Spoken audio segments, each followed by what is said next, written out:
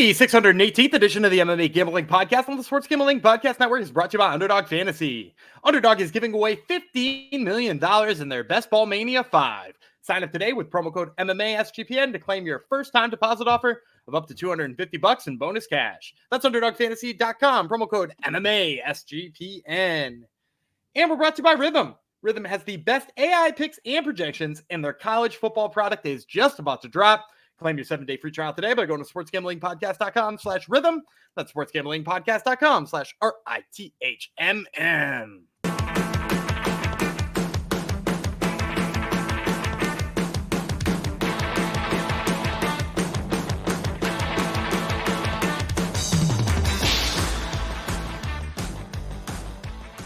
Heidi ho, DeGenerinos. Welcome to episode 618 of the MMA Gambling Podcast on the Sports Gambling Podcast Network, dedicated to all my fellow Ontarians in the Discord.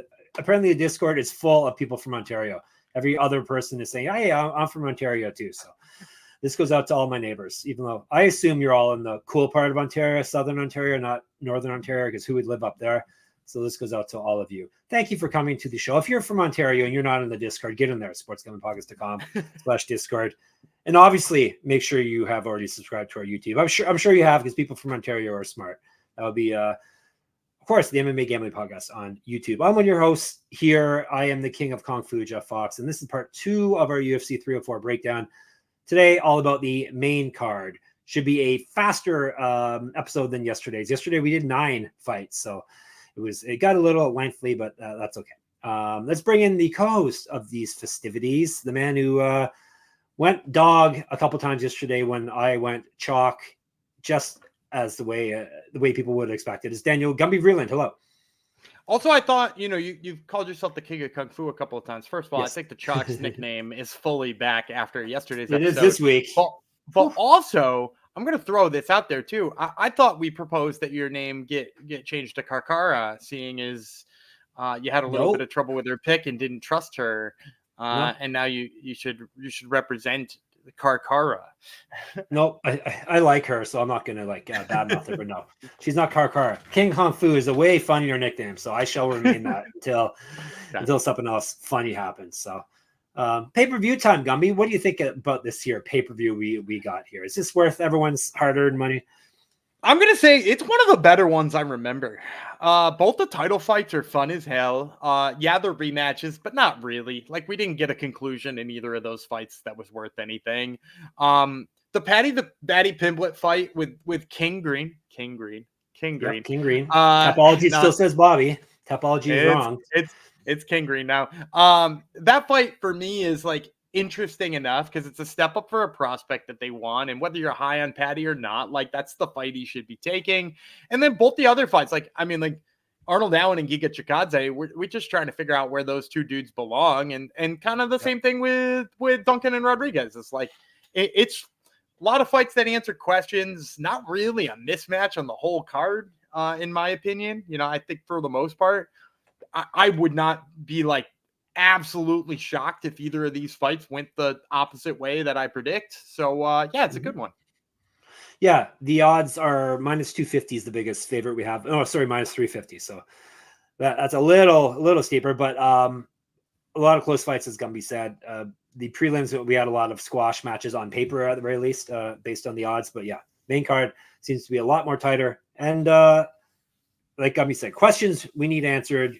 Belts on the line, lots of fun stuff. We have 1.5 championships up for grabs, so should be good. Make sure you check out this week's feature podcast on the SGPN network. That would be the MLB Gambling Podcast. They give you all the picks you need to crush the MLB season, plus the college football experiences knee-deep in 134 team previews. It's got to take a while. Subscribe wherever you get your podcasts and the SGPN app, and, of course, the mighty YouTube. All right, let's jump into this pay-per-view card now, shall we? UFC 304, Edwards versus Muhammad 2, going down to Manchester, England on Saturday. Pay-per-view portion 10 p.m. Eastern as per usual. So it's going to be 3 a.m. in Manchester when it starts. They're going to love that. Brutal. Yeah, it's 5 hours ahead. So yeah, it'll be wow. That's rough. Tom Aspinall not happy, but he seems to be hard done by often. He might as well he might as well just like go to bed at 6 o'clock and Yeah. wake up early for his fight, right? He's fighting at like 5 a.m. Yes, exactly. Tom the Aggrieved Aspinall is got to be the new nickname. He doesn't have a nickname. That'll be his nickname. I'm not saying any of it. Usually he has good points as well, but he's quite aggrieved. All right. We're not going to talk about him quite yet. We got to get to the openers and all that stuff first. So this is going down in the co-op live, in Manchester, England. Manchester. All right. Let's start off with first fight. The aforementioned Arnold Allen versus Giga Chikadze. So we got England versus a flag very similar to England's, except for it's got some extra stars, pluses on it, crosses on it. Accoutrements on it. It would be Georgia, not Atlanta, Georgia, the country Georgia.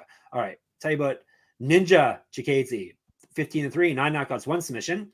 He's been submitted once, 8-1 in the UFC. He did win his last fight. His last loss was January 2022. Used to fight at lightweight, 0-1 in Contender Series, 0-1 on World Series of Fighting, 38-10 approximately in kickboxing, and a champion there. That's just a partial record, I believe. So he's probably fought way more than that. 4-inch type, 4-inch reach over Allen, better striking stats, more active landing strikes, and he's outstruck his UFC and Contender Series opponents by 0.64 strikes per minute, plus 210. Almighty Arnold Allen, 19-3, 7 knockouts, 4 submissions, never been finished in a fight, 10-2 in the UFC. He has lost 2 straight fights, though. Before that, he won 12 straight. He's fought down at bantamweight, up at lightweight, regional champion, 2012 pro MMA debut, 6 years younger than Chikadze, better grappling stats. He's outstruck his opponents in the UFC by 0.48 strikes per minute, minus 235. All right, give me another thing, another line, not super crazy about, but give me Arnold Allen here. I have more faith in. It's hard to say you have faith in the guy who's dropped 2 straight. I just don't know what we have left with Chikadze, and I think Allen obviously can out grapple him, and hopefully he very well decides to take that approach and out grapple him and not try to kickbox with the kickboxer. And he's younger. I think he should have way more gas left in the tank at this point, despite his losses. So yeah, I will take the almighty one. Yeah, I like Arnold Allen in this one too. I think. Like to your point, I think he could grapple in this maybe, but I actually think he could win this fight on the feet too. As good as Giga Chikadze is, like most of Giga's power comes from the work to the body. And you notice about Arnold Allen in his fights that he does a fairly good job of protecting his body, Max Holloway fight aside. I don't think we can count that Max Holloway fight. No. I think that maybe took some years off of his life though. But like, you look at the Calvin Kattar fight, he looked really good in that one. Granted, that was a freak injury closing too. But like in general, I just think Arnold Allen does a pretty good job of defending his body. He's definitely going to be the guy moving forward more. Giga's sort of one of his problems has been sometimes he takes a long time to get going. Sometimes he doesn't put the volume on he needs in order to win fights. I think he could run into that problem here because Arnold Allen isn't a guy who shies away from volume. Once again, as we know in the Max Holloway fight, he was willing to let this fight be decided by volume. And Giga is just kind of, that's, like I said, kind of been his issue in some of his fights is that he just, you look back to his UFC debut against Jamal Emmers, just like almost lost that fight by not throwing enough volume. And I think Allen's going to bring that pressure. He's going to bring that volume. He's got the wrestling in the back pocket. I did expect this to be lined closer, as you kind of mentioned, but I'm going to go Arnold Allen here. All right. We're both in on the chalk. All right, let's move on to the next fight. Should be a fun one. It's middleweight. Christian Leroy Duncan from England versus Gregory Rodrigues from Brazil. You guessed it by my pronunciation, hopefully. Rodrigues is Hobocop. We call him Robocop. Other people call him. He's 15-5, 10 knockouts, 3 submissions. He's been knocked out 3 times. He's taking this fight on short notice, so obviously alarm bells should be ringing in your head. 6-2 in the UFC. He's won 2 straight and 4 of 5. All of those fights have ended in knockout or TKO, even the loss. Was the LFA champ, was a regional champ, 0-1 on Contender Series, 2014 Pro MMA debut, an inch of height over Duncan, more active landing strikes and better grappling stats than Duncan, and he's outstruck his UFC and Contender Series opponents by 0.78 strikes per minute, plus 120. CLD, Christian Leroy Duncan. Not Big Daddy Duncan, Gumby, just his initials. Darn. It would be we need another Big Daddy. We need another Big Daddy. BDD. No, CLD, Christian Leroy Duncan. Yawn of the nickname. He's 10-1, 8 knockouts, 1 submission. He's never been finished in a fight. 3-1 in the UFC. He's won 2 straight, both via knockout or TKO. Was the Cage Warriors champion formerly. Everyone on this card has been. 4 inches reach over Rodrigues, 3 years younger. He's outstruck his UFC opponents by 2.14 strikes per minute. I don't think Gumby's a big fan of his. Minus 238. Minus 138, excuse me. Am I right about you? I remember you fading him a few times. Yeah, I'm going Hobocop here for sure. Oh, okay. Yeah, and the thing about this too is that, like, you know, I know both these guys have landed their knockouts over their career and whatnot, but you know, the people I'm seeing Hobocop go in there and knock out are far more impressive. Like going in there and knocking out Brad Tavares. Brad Tavares is not an easy guy to knock out. Like that is a guy with a pretty damn good chin. And Hobocop went in there and slept him. And now, you know, you're talking about Christian Leroy Duncan, and who is it? Like an exhausted Claudio Hibiero or like Dennis Toylulin. He's in there finishing. And like when he had a guy who could sort of match him in terms of, you know, technique on the feet and Armin Petrosian got by him. And I don't know necessarily. I mean, Petrosian, I guess, got by Rodrigues too, but like, I don't know that Rodrigues is going to, you know, like match him strike for strike here, but I do think he's got the takedowns in his back pocket on top of that. Like, I'd trust Hobocop's takedowns before I trusted anything CLD was doing on the mat. And Rodrigues has got 4 knockouts in his last 5 fights. Like, he has won 4 of his last 5 fights by knockout. Like, you've got to be impressed with the power he's bringing in up against, you know, somewhat decent competition in comparison. So, yeah, I like Hobocop here. I do not. Oh, I like Hobocop. He's fun. I'm taking CLD. I think he's going to knock him out as well. Hobocop gets caught a lot. He gets hurt. Even if he doesn't get knocked out, he gets hurt in every fight. And Duncan's shown he's got some power. Regardless, like you said, maybe the competition is a little bit questionable, but he has brought some. He can only knock out who is lined up in front of him. So, and he's got 4 inches reach to use that striking advantage. I assume he's going to have. So, we're going different here. Go figure. I'm going chalk. We act like I'm always going chalk, but it's been a while since I've done this. So you've got a whole 14 fight card on chalk. I don't know if I've ever done that. Underdogs this year, I'm up 9%, and you're down 14%. So take that. I'm the underdog king this year. So.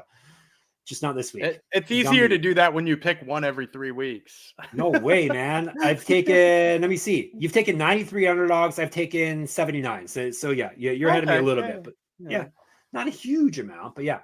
That's why I got rid of the nickname, even though it rhymes with Fox. Should we go to the third from the top fight already? Let's do it. You don't need a loud read yet. This is a lightweight fight. It says Bobby Green on Topology, but his name is King Green. He's up against Paddy at Pimblett. U.S. versus England. Finally, Bobby Green changed his name to King Green. Remember, he hinted that Bobby Green was retiring years ago, but basically he was just going to change his name. And then he didn't change his name either, so it was a total swerve. But now he's King Green. He's up against the Paddy Pimblett. We're going to talk about him first. Paddy. He is 21-3, 6 knockouts, 9 submissions. He's been submitted once, so he is durable at this point. 5-0 in the UFC. He's won 7 straight fights. He's not lost since September of 2018. Cage Warriors champion, regional champion. Used to fight at bantamweight and featherweight. Has missed weight twice at bantamweight. Yeah, you can't imagine him at bantamweight now, but nonetheless. 2012 pro MMA debut, 2 inches reach over Green, 9 years younger. He's outstruck his UFC opponents by 1.43 strikes per minute, plus 100. Bobby Green, his nickname no longer is King because his name is King. Or yeah, if that makes sense. His name is King. I think his name's.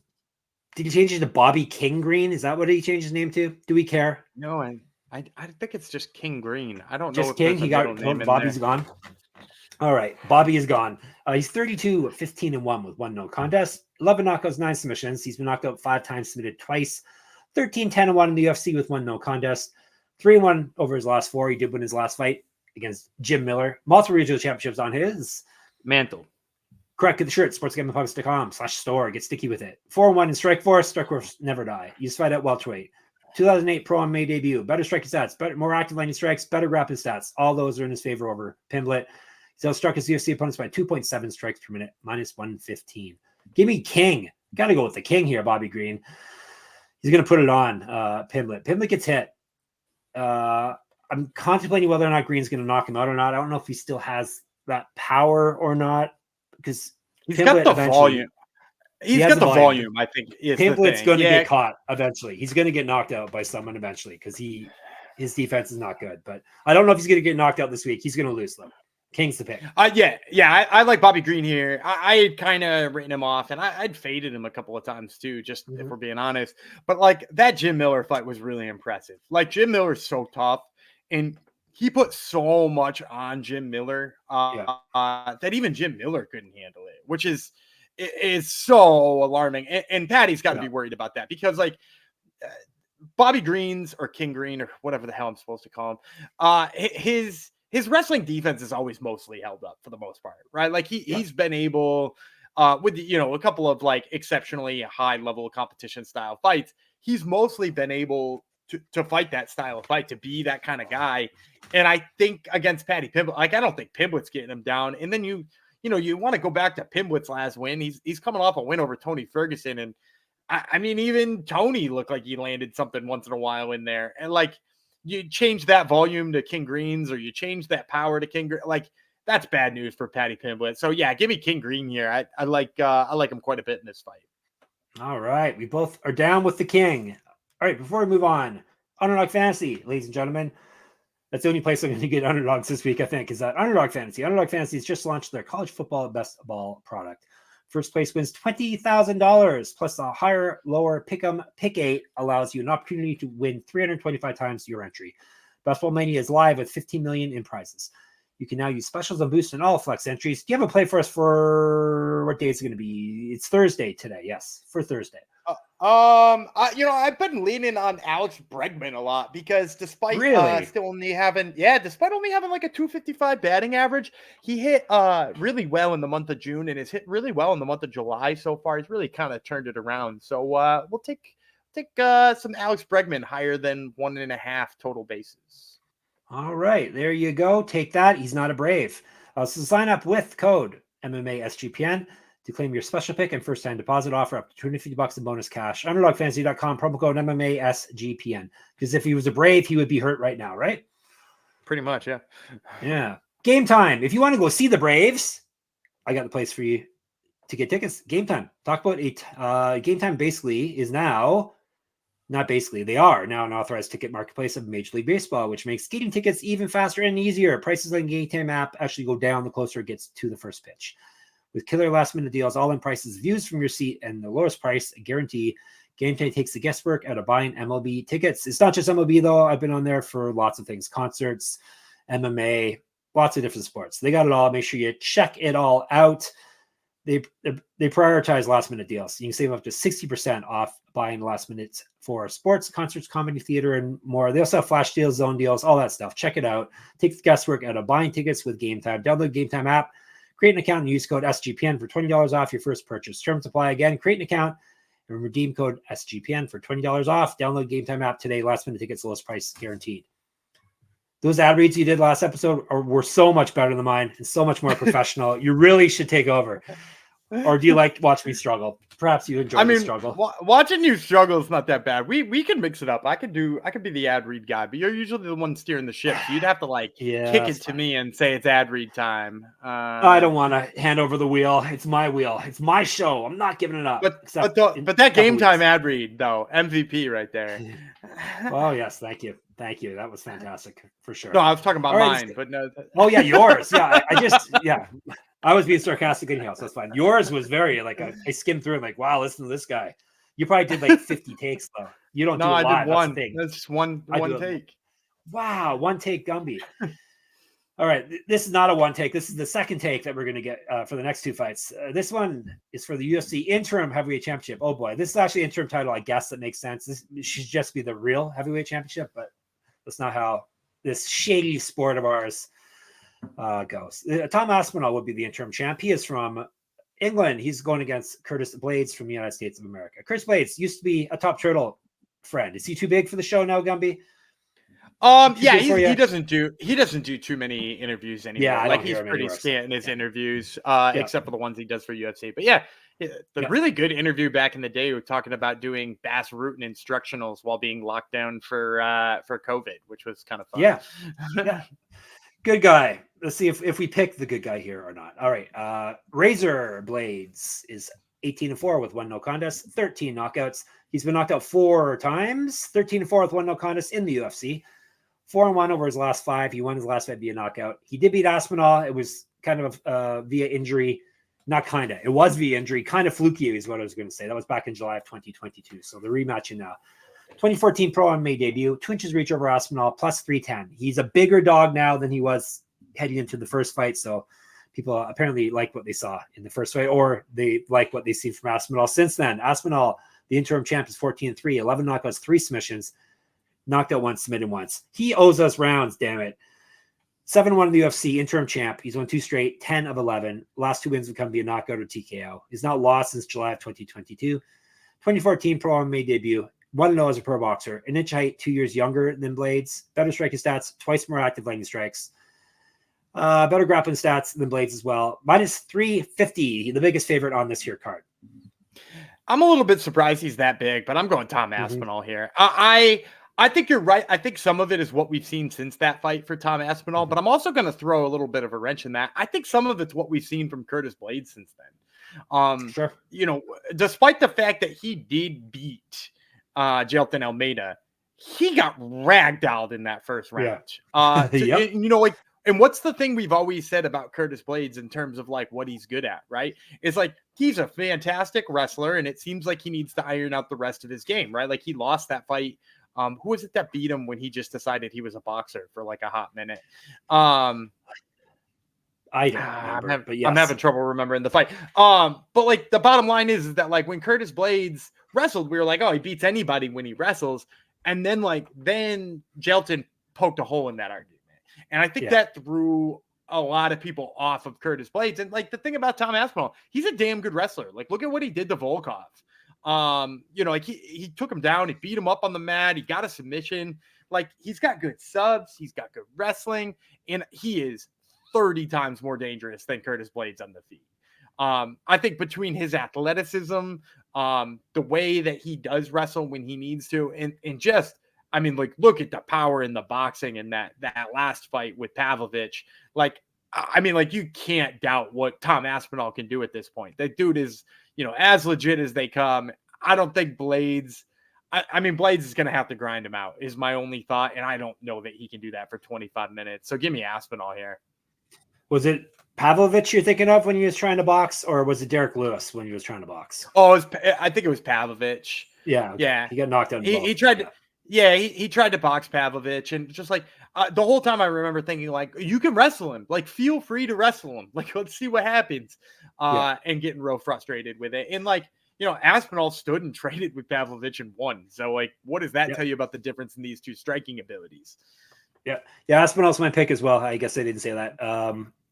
He's basically got the complete package here, which is an issue for Blaydes, especially at this point in his career where we've seen he can be out-grappled by people. Aspinall definitely can get him on the feet. And as Gumby said, he's got the wrestling in his back pocket as well. So Aspinall is the pick, hoping we could get a little better line than we did, but sadly we cannot. We'll take what we can get at this point. All right, before we get to the main event, I'll tell you about Rhythm. If you're not checking out the AI picks and props from Rhythm, you're missing out. They dominated the British Open, and their college football product is about to drop. You can even customize your own betting models easily with Rhythm's tools. Claim your 7-day free trial today by going to sportsgamblingpodcast.com/rhythm. That's sportsgamblingpodcast.com/RITHMM.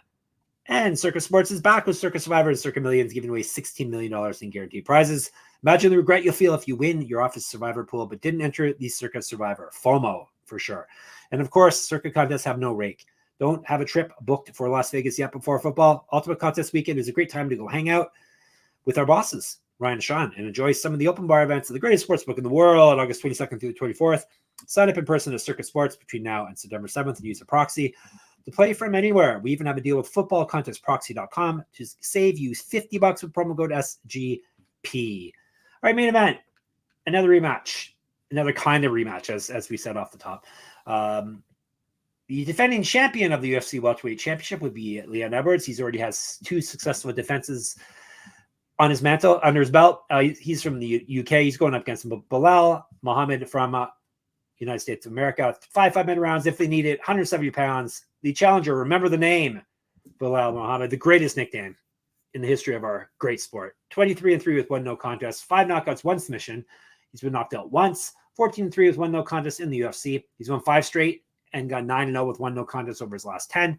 Has not fought since May 2023. The no contest stemmed from the first meeting with Leon Edwards, where that was one of the worst eye pokes you're going to see. March 2021. Basically, Edwards' whole hand went inside Belal Muhammad's eyeball and then came back out. Muhammad has not lost since January 2019. Regional champion, 2012 Pro MMA debut. More active landing strikes and better grappling stats than Edwards. He's outstruck his UFC opponents by 0.91 strikes per minute, plus 210. Rocky Edwards is 22-3 with 1 no contest, 7 knockouts, 3 submissions, never been finished in a fight. 14-2 with 1 no contest in the UFC. He's the champion, 2 successful defenses under his belt. He's won 4 straight and gone 12-0 with 1 no contest over his last 13. He's not lost a fight since December 2015. Regional champion, used to fight at middleweight. 2011 Pro MMA debut, 3 inches height, 2 inches reach, 3 years younger than Muhammad. He's outstruck his opponents by 0.41 strikes per minute, minus 250. Going with the champ. He looked good in their first fight, even how brief it was. He was, getting his work done, getting his reads in, getting his feints in. He was an unlikely champion. Like we didn't see this coming, and he barely won the belt to begin with. He almost lost that fight until the last minute, but he seems to really be improving since he got the belt, which you don't always see from fighters. So I think I want to ask you, what fight makes you feel like he's better than when he won the title? Was it the rematch with the busted ass? Yeah, was it a there's a caveat busted ass Kamaru Usman, or was it a Colby Covington decision? Yes, you didn't want to get to the caveat. Here's who he's fought over his last 4 fights: Covington, Usman, Nate Diaz. So that doesn't make you feel so great, but I still think in one of those fights he was essentially beaten until he won the fight. Another one, he was winning the fight and almost got beaten. And that, like, of those 4 fights, the only one of those fights I walk away being like, damn, Leon Edwards looked good, was the second Usman fight. And Usman looked like a shell of himself in that fight, and has pretty much since then, if we're being honest. I'm going Belal Muhammad, because since their last fight, I don't know that Leon Edwards has looked better. And in addition to having not looked better since then, I don't think he's been challenged. I don't think, obviously the Usman fight's notwithstanding, but like, I think he's going in there and getting, basically cupcakes, right? Like, Colby Covington could have been beaten by any welterweight with a number next to his name that night, fighting the way he did. He looked atrocious in that fight, to the point where I don't know that he'll ever fight again, because he would get beat by, and I'm not trying to disparage names, Vicente Luque would take it to that version of Colby Covington, right? And Leon Edwards played patty cake with him for 25 minutes instead. Belal Muhammad has been in there, not only beating top level welterweights since Leon Edwards won the title, but dominating them. Like, he made Sean Brady look like he ain't ever fought before. Like, he pieced up Sean Brady and finished him, for the record, too. He made Gilbert Burns look like he was not even standing there, right? Which, as we now know, not easy to do, because Gilbert Burns was neck and neck with JDM. Belal Muhammad was not neck and neck with Gilbert Burns. He just took it to him. I think what we've seen from Belal Muhammad, in terms of, first of all, his newfound desire to wrestle. Because, like, if you go back to his early fights, he's got wrestling in there, but like, his newfound decision to like make that a heavy part of his game has been really big for him. And then in addition to that, finding faith and finding his reads on the feet, particularly in that Sean Brady fight is what I'm thinking of, has been infinitely better. I think we see such a better version of Belal Muhammad, and I think we've seen Leon Edwards kind of like be able to coast. And I don't think he's going to be able to coast in this fight. I'm going to go Belal Muhammad, and I'm going to give a little unsolicited piece of advice for anybody out there thinking about going Belal Muhammad too. Wait. That number is going to keep getting better. Every time he posts, I had a dream last night and I won 50-45. Or anytime he posts something about being the best decision winner in the whole world, like, anytime he posts about that, the number goes up. The public wants Leon Edwards to shut him up. So like, if you're in on Belal Muhammad, wait. If you're in on Leon Edwards, you already missed the boat. His number's already gone bonkers in the opposite direction. I think wait on Belal Muhammad, get even better number than 210. I've never heard anyone so excited about Belal Muhammad. I really like Belal Muhammad. Like, what he did. I mean, I was bummed when he did what he did to Sean Brady, but like you have to respect what Sean Brady and Gilbert Burns back to back. I mean, that's way better than like a show of Kamaru Usman and whatever Colby Covington was. Yeah. Actually, I just saw another headline, another quote that may change the odds in your favor. Muhammad says after he wins, he's going to be just below GSP in welterweight history. So there you go. That's going to change the line again, right? He's so good at making people mad. That's the thing, is he's so good at making people mad. Just let him make everybody mad and let the numbers come in on Edwards. All right, let's recap and then give you our fancy plays. Edwards for me, Muhammad for Gumby, Aspinall for both of us, Green for both of us, Duncan for me, Rodrigues for Gumby, Allen for both of us. All right, locks, dogs, props, parlays. I think it's you first this week, Gumby. I'll go first. That way I can give you more time to find something that resembles a dog. He says I have no dogs, ladies and gentlemen. I'm going to go Cal Lauren.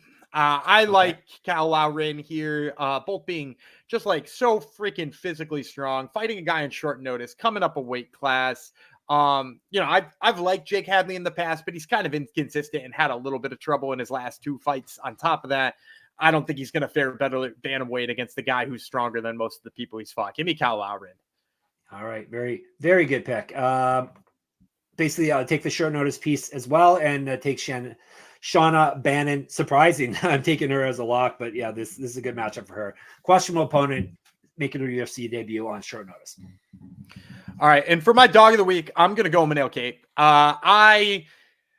I've maybe been fading Muhammad Mokaev more than I ought to in the past, but like, I just don't think what we saw out of him in that Alex Perez fight is enough to beat somebody like Manel Cape, who I do think, if is not the best flyweight in the world, he's second. So give me Manel Cape. All right, since I don't have a dog, this was not planned. I didn't really realize this till we started rolling. I'm going to do something I've actually done for my daily parlay article on sportsgamblingpodcast.com the past few weeks. I've taken your favorite, I've taken my favorite, my lock, your lock. I've parlayed them together. I've hit them both past 2 weeks. So let's do it again this week. I'm parlaying Loughran, I'm parlaying Bannon together, both in the money line to get us plus 143 as my dog of the week. That's wild. Yeah, I guess I'll allow it, being that you don't have a money line done. No. I thought you were gonna do spread. I'm gonna go for my prop. I'm going to take Modestas Bukauskas. Now, originally, I was trying to talk myself into picking him by submission because, as I mentioned on yesterday's show, if you were listening, I do think he's going to work his takedown game. If you go back to some of his fights, Cage Warriors, he actually was working like back takes and rear naked chokes like early in his Cage Warriors career, and they're really good. He's talked about knowing that this is a fight where he knows his opponent is dangerous on the feet. I think you're going to see more grappling out of him. His submission line is plus 1,800, which is wild.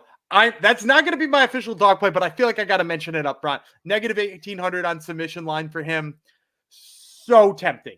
I'm going to take his inside the distance because even if he takes him down a bunch, I think there's a real chance he gets a ground and pound finish instead. That's still plus 240 too. So like you're still getting a good enough number on Modestas Bukauskas inside the distance. So I'm going to take him inside the distance plus 240. All right, for my prop, I'm going to make Gumby mad. CLD, Christian Leroy Duncan via knockout, plus 150. I know you disagree, but that's the play. All right, Loughran and Bannon are the locks. Cape, and then I am parlay Loughran and Bannon together for my dog. Bukauskas inside the distance. CLD, Christian Leroy Duncan via knockout are the prop plays. All right, Hungry Man Jog Superfan parlay, a 2-fight parlay. What do you got for us this week? Well, I'm going to start on the exact opposite side of you. I'm going to take Hobocop by knockout to start off my, which, by the way, guys, if you're all listening to this, maybe just take this one on the under because we both just thought the KO prop on either side made sense. And you're probably going to get a good price on that, or even you could just play both sides because guess what? Hobocop plus 400 on his KO side, which I thought was kind of crazy. You win 4 out of your last fights by knockout. Your KO prop at plus 400. I think you could do a lot worse than that. So we're going to start the parlay there. We're going to finish it with my lock of the week, Cal Loughran by knockout. I know Jake Hadley, not a guy who gets knocked out. But Lauren is a guy, good ground and pound. I think his cardio is pretty good. I think, this fight on short notice for Hadley is a little too much to ask. Cal Lauren, who's gotten some KOs in the past, plus 500 on his KO prop. So we're going to put that with the Hobo Cop knockout, and we're going to get 29-1. Oh boy, 2,900 plus 2,900. All right, we're going to hit it this week. All right, get in the Discord and chat with us about this or anything else you want. All the regional events that are coming up this weekend as well. That will be sports at gamblingpodcast.com/Patreon, not Patreon, /Discord. We're in the fights channel in there. You can check us out on the Mighty X/Twitter, SGPN MMA. Gumby runs that for us. He's at Gumby Vreeland. I'm at Jeff Fox Writer. I'm Jeff Fox Writer on Instagram as well. I got a Substack, moneymma.substack.com. You can enter my free pick'em contest with the free subscription there. So I run UFC pick'em contest every week with real prizes. So check that out. Gummy's got Top Turtle MMA podcast with 2 upcoming Dana White Contender Series combatants on it. Who are these people? Michael Aswell and Corinne Laframboise. Exactly. Make sure you listen to that. And obviously subscribe on YouTube. Did you tell the people on the top? I don't think you did. Oh no, our subscribers are not going to bump like they usually do. You better cut and paste. Subscribe to our subscribe to our YouTube. Yeah. Come on. We want to get 1,000 at the very least. All right, YouTube. That would be the MMA Gambling Podcast. Obviously, I'm running out of steam here. Boy, you hear this? Long breaks between words coming out. And of course, we're at sportsgamblingpodcast.com, sportsgamblingpodcast.com/store, sportsgamblingpodcast.com/Patreon. All right, what do we have on maybe recap Sunday and then PFL and LFA, or do you have another regional? I don't know about another regional event. Those would be the 2 go-tos for me at the moment. Yeah. But we'll have to see what's on the docket as well. But definitely those 2. You're going to get those 2 for sure in your ears. All right. Bid the people farewell. All right, I'm Dana Gumby Vreeland. He's the Hobo Cop, Jeff Fox, and we will see you on Sunday.